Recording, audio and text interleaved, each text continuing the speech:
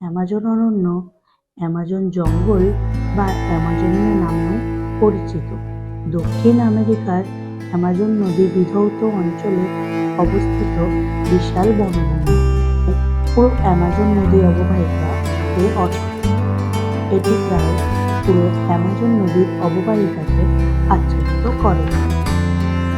আজকে আজব দুনিয়ার এই পর্বে আপনাদের এই অরণ্য সম্বন্ধে বিস্তারিত জানাতেই এই ভিডিওটি তৈরি করা হয়েছে।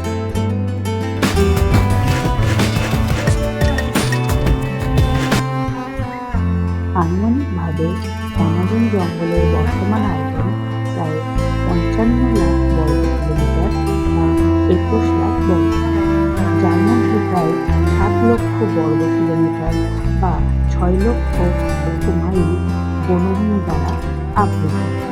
এই বনাঞ্চলটি এত বড় যে রাজনৈতিকভাবে 9টি দেশের প্রভাব রয়েছে। অ্যামাজন বনাঞ্চল এর সবচেয়ে বড় অংশ প্রায় 60% ব্রাজিলে অবস্থিত, এরপর পেরুতে 13%, কলম্বিয়াতে 10% এবং সামান্য পরিমাণে Bolivia, Ecuador, Karachi, Guyana, Guyana, Surinam এবং ভেনেজুয়েলায় অবস্থিত। অ্যামাজন জঙ্গল বিশ্বের ট্রপিক্যাল রেন ফরেস্ট বা ক্রান্তীয় বর্ষাপ্রবণ বনাঞ্চল। অ্যামাজন জঙ্গলে বিরল প্রজাতির প্রাণী রয়েছে যা অন্য কোথাও দেখা যায় না। অ্যামাজনে 85 লাখ প্রজাতির পোকামাকড়, 428 প্রজাতির উভচর, 378 প্রজাতির সরীসৃপ এবং 427 প্রজাতির স্তন্যপায়ী প্রাণী রয়েছে। অনন্য সৌন্দর্যের পাশাপাশি বিপজ্জনক অনেক প্রাণী অ্যামাজনে বসবাস করে। অ্যামাজনে রয়েছে পৃথিবীর বড় এবং ভয়ঙ্কর সাপ, এছাড়া রয়েছে বিভিন্ন প্রজাতির পোকামাকড়,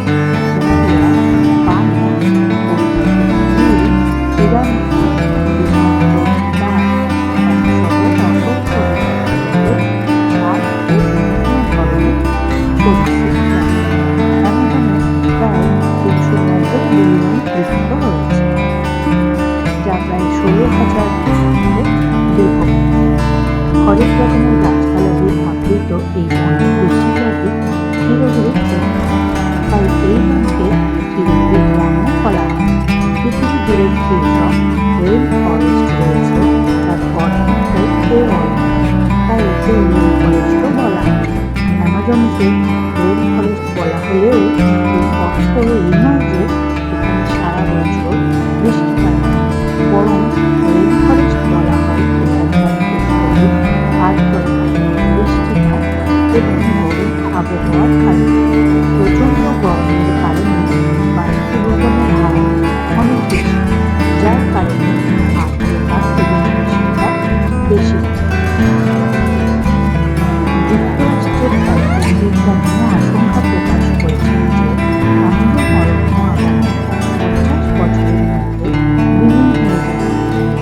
তার জন্য ব্যাপক অপরিকল্পিত নির্ভুলভাবে এর কারণ। অ্যামাজন অরণ্যের গুরুত্ব অনেক।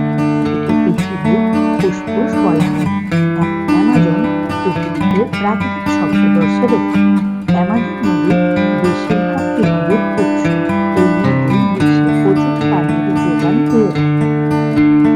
এছাড়াও অ্যামাজনে 45 লাখ প্রজাতির পোকামাকড়, 428 প্রজাতির উভচর, 378 প্রজাতির সরীসৃপ এবং 427 প্রজাতির স্তন্যপায়ী প্রাণী আছে। পাশাপাশি অ্যামাজন নদীতে